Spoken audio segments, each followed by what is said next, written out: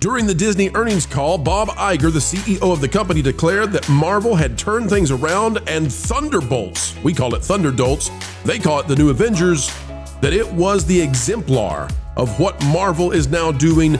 It is a return to form for the MCU. One big problem for Bob, it's underperforming the Eternals per theater. We have the stats. We'll show it to you right now.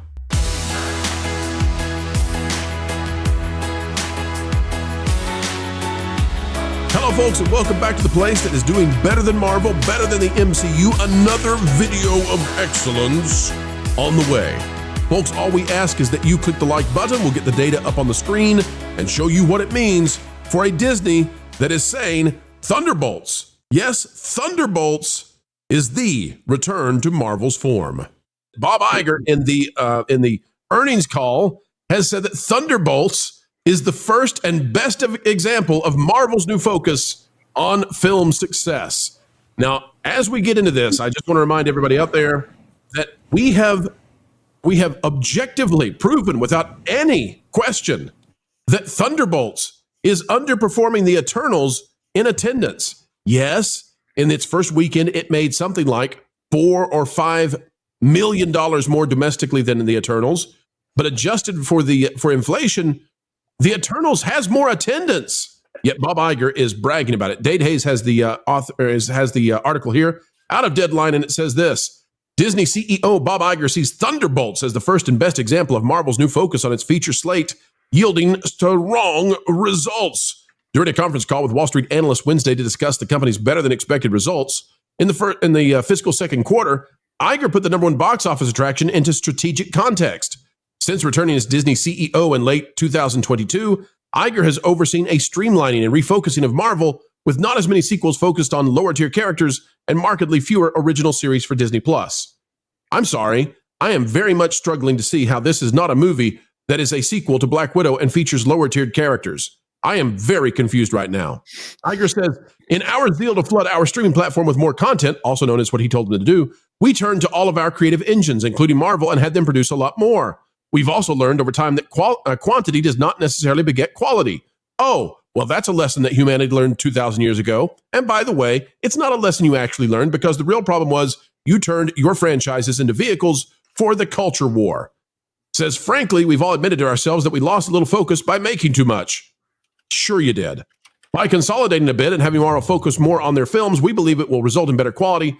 I think the first and best example of that is Thunderbolts. The film brought in a solid, if not spectacular, $74 million at the domestic box office last weekend. And again, folks, Eternals was $71.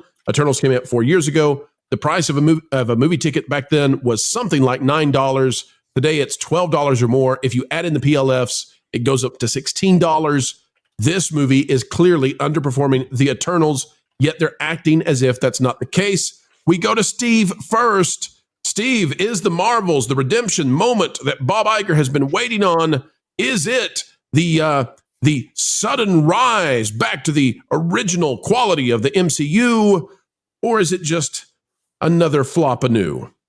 Oh, it's just another flop anew, and the reason why is because it has absolutely no appeal. I am one of those invested normies, right? So I go beyond like your normal normie.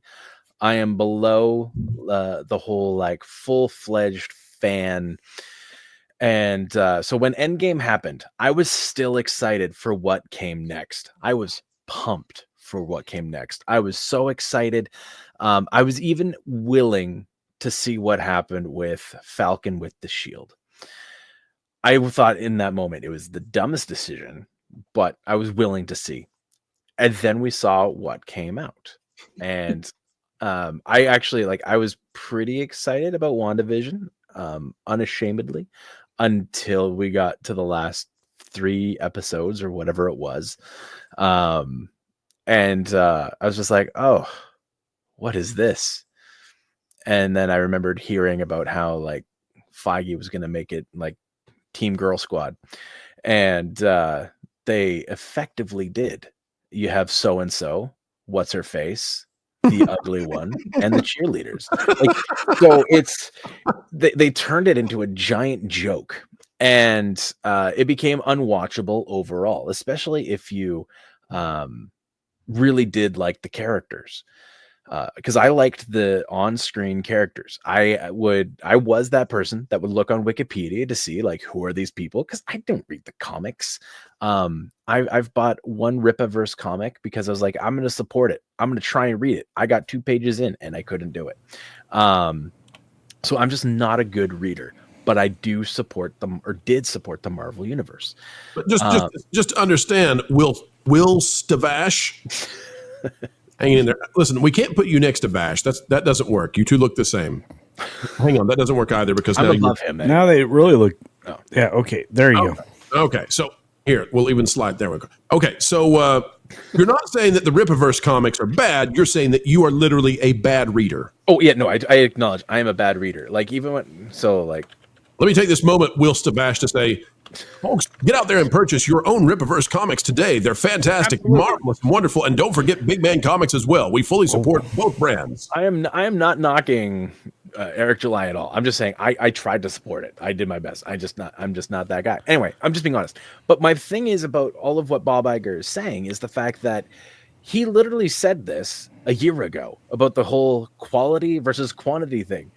And he's still harping on this point. So if you have the people like me who were super invested, and because we saw it tank, and all of a sudden a year ago he's admitting it, but he's still relying on this. Oftentimes when we see people talking about this kind of stuff in business contexts, and they keep trying to excuse their failures, those people end up getting fired pretty quickly, because you're not seeing the turnaround. You're not seeing someone that's actually willing to evaluate. You're not seeing someone that's willing to actually listen to the outside counsel, and they end up needing to be removed because they are just punishing everyone else around them. And in this case, it just seems genuinely like Iger needs to be removed. Like he needs to be fired. But the problem is he has a stranglehold because he's the boss. And so, and the investors, from the questions that I heard this morning, they're still unwilling to actually buck up against him. They're not willing to actually put their foot down and say like, hey, you've dropped the ball and been saying this same stuff over and over and over again. So you're seeing cowardice from the board. You're seeing the cowardice from the investors. You're seeing it's just, is Marvel going to change? No. And it's because no one else is going to change. And so it's the classic place of unhealth. And until you actually have fundamental change, the Thunderbolts, as you've called it as well, is going to be the best thing that you're going to get. A conglomeration of just failed projects, and and no one is appealing. And that's the problem. And so if this is what you can get with unappealing characters, and this is your top quality, and this is where you're going, yikes. Yikes indeed.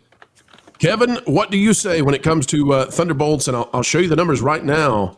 If we take a look at how it's performing, you can see that the darling of Bob Iger had a 72% drop on its first Monday. That's not good, considering the film was already not doing great. This thing had been said to make something like 80. Then they said it was going to make 76. They had to bring it back down to 74 afterwards. And again, this puts it, in terms of attendance, under the Eternals, despite the fact that it was given 4,300 theaters. In fact, I'll have to pull that up right now. I haven't looked at this. Go ahead and give us your thoughts while I pull up the Eternals. I want to see how many screens it was given with its initial run. Sure. I mean, what do we expect from Iger? Uncreative people can't actually comment on why something is not successful when it's a project that requires creativity. So he's gonna stick to his talking points. He seems to think that it works for him. We all know what the real problems were. Yes, they made too much stuff, but they made a bunch of stuff that no one really cared about. Yeah, and again, we dove headfirst into the identity politics pool when the rest of the planet was like, no, we don't want to do this anymore. I don't care that Robert Downey Jr. called whatever her name is to tell me that Riri Williams is the bestest ever. We're long past that. I don't care, Bob. I just want to go to the movies and have some fun. And right now, movies are entirely too much money to be investing in garbage. boring garbage, boring and trite garbage that I've already told you I don't want to see. Honestly, the biggest victim here, aside from moviegoers, are the movie theater owners. That means you're not putting butts in seats. This is we're kind of steamrolling into the summer season now, and everything's got to be a big old tent pole. But this should have been a super kickoff to the season, because everything's been kind of mellow at this point with no real excitement. And they dropped the ball. And listen, this is their best and brightest. Your best and brightest is a movie that got rewritten 4 times, a 4-time page 1 rewrite while you were in the middle of filming it. So a Frankensteinian a monster is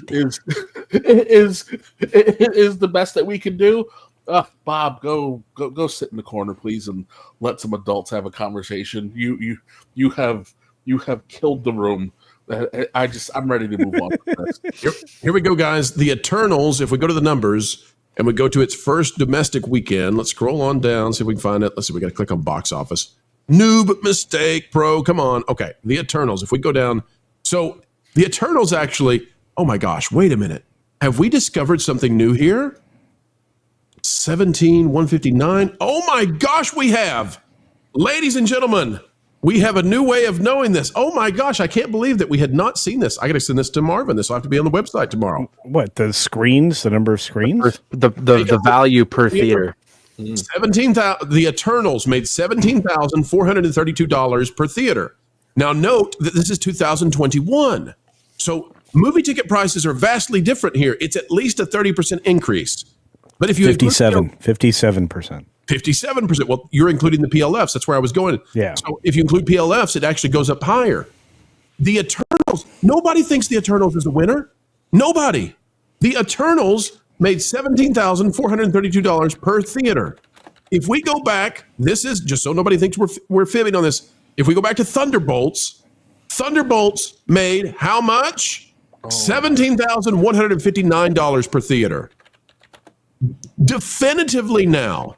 We don't even have to get into by attendance. Per theater, guess what, ladies and gentlemen? Thunderbolts is underperforming the Eternals, and Bob Iger is out there crowing to investors that this is the #1 movie in the world, and this is a return to form. It's losing to the Eternals, for crying out loud. Like, the only thing it could do worse is get beaten by the Marvels. Panel, please make it make sense. No. I'm just glad that after a century that they figured out that maybe they need to focus on their movies.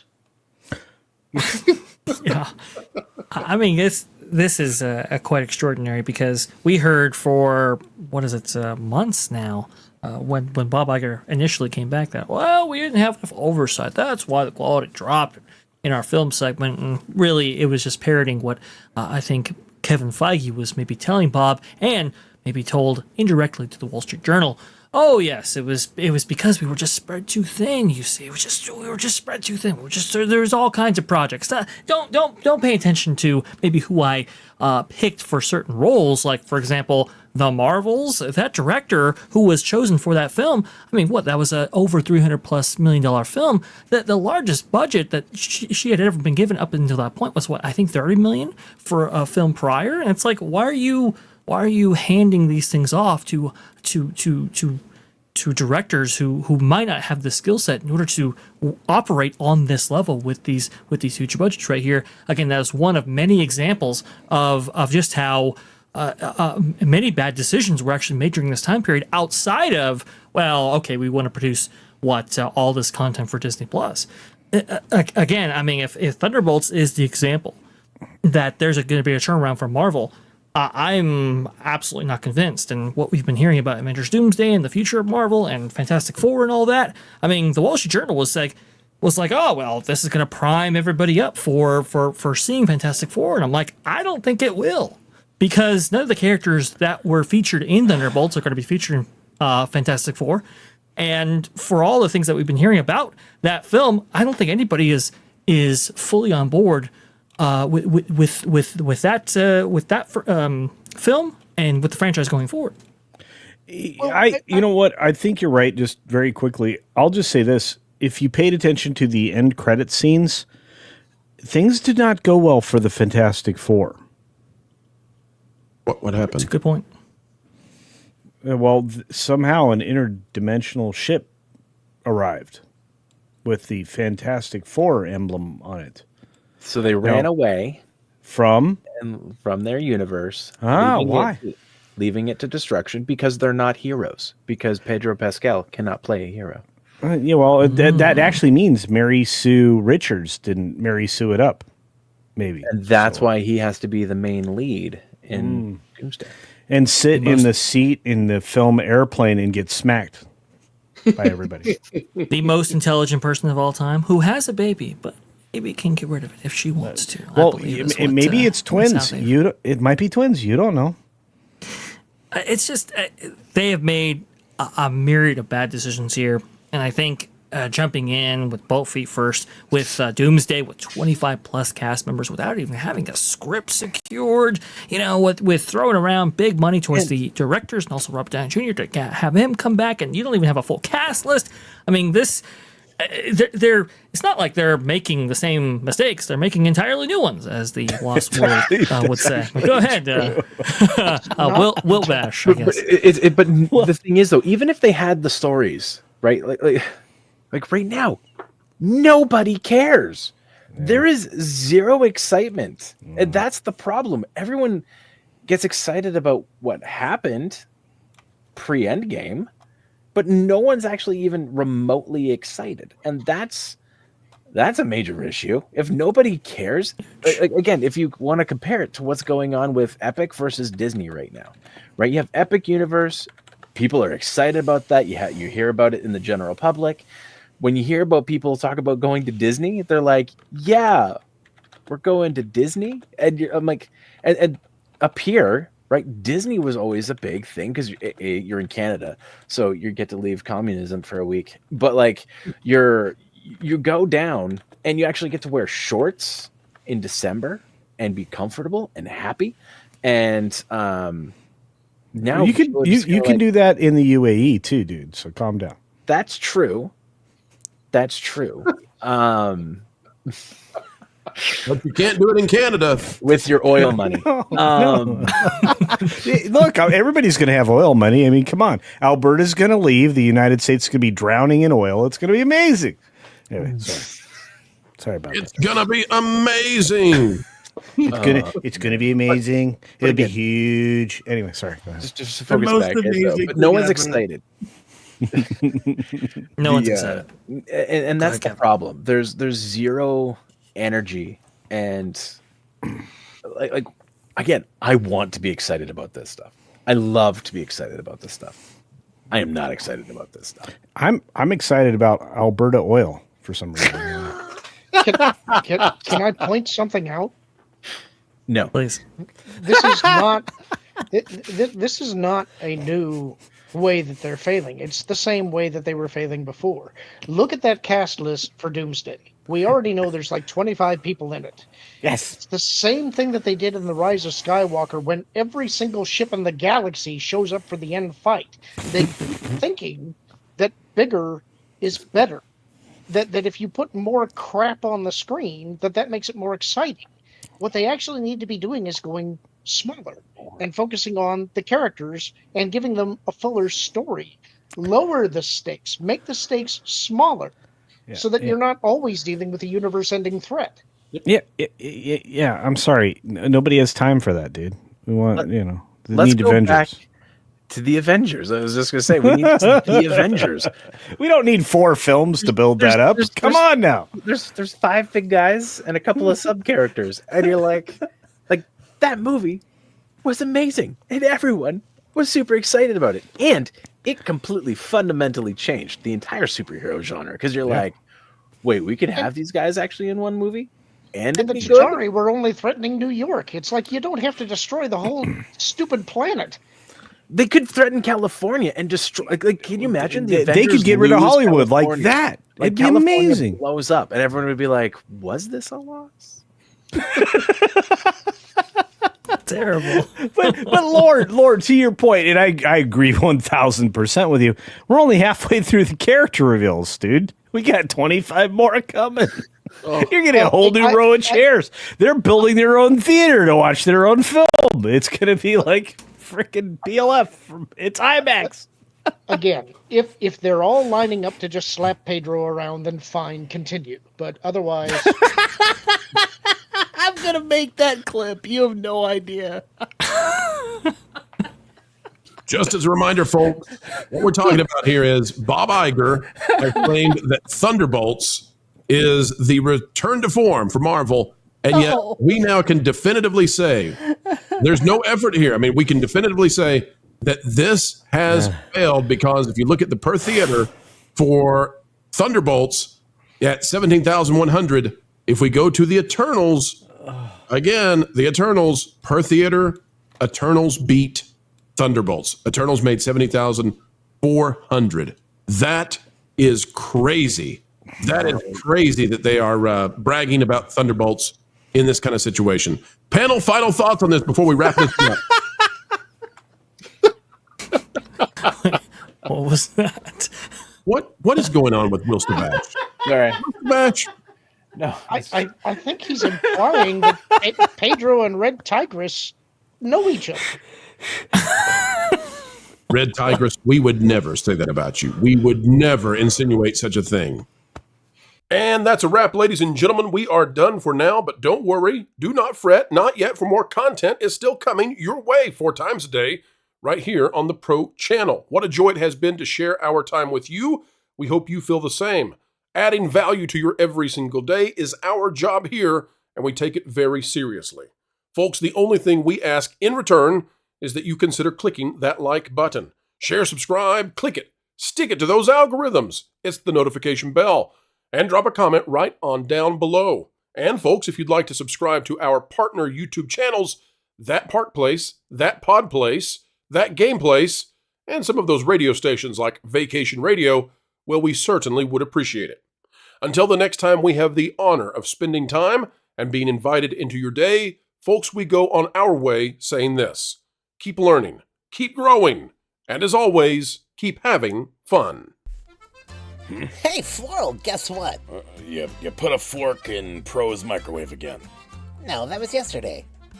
I don't know that what. Oh, I've decided to give up on torturing Jonas. What? Why? In the same way the cat sleeps like 20 hours a day, that was like your purpose. I know, but I've decided there's bigger fish to fry. Okay. Like Lorne. I mean, think about it. Everybody loves him. He's a fan favorite, and frankly, he has almost no weaknesses I can find. Except that he's really smart. So, you want to annoy the one panelist without a single flaw, because he's smart. Yeah, like that winged statue at that fancy Paris museum thingy. I want to break the one thing that everyone loves most.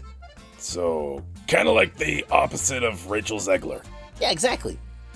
And you know, I get to see her all the time at family reunions anyway. You get to see Rachel Zegler? Yeah. I mean, she's a total troll. Lives under a bridge, harasses billy goats, you know, the whole 9 yards. It all makes sense now.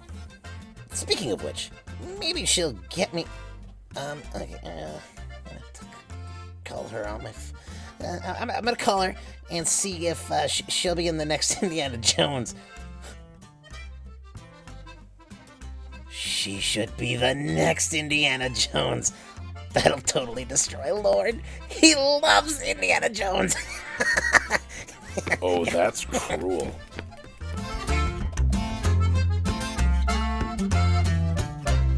Hey, Rach. I've got a cool idea for you that involves a whip and snakes. I love that description. It's perfect. I know, right? Weird, as we always say.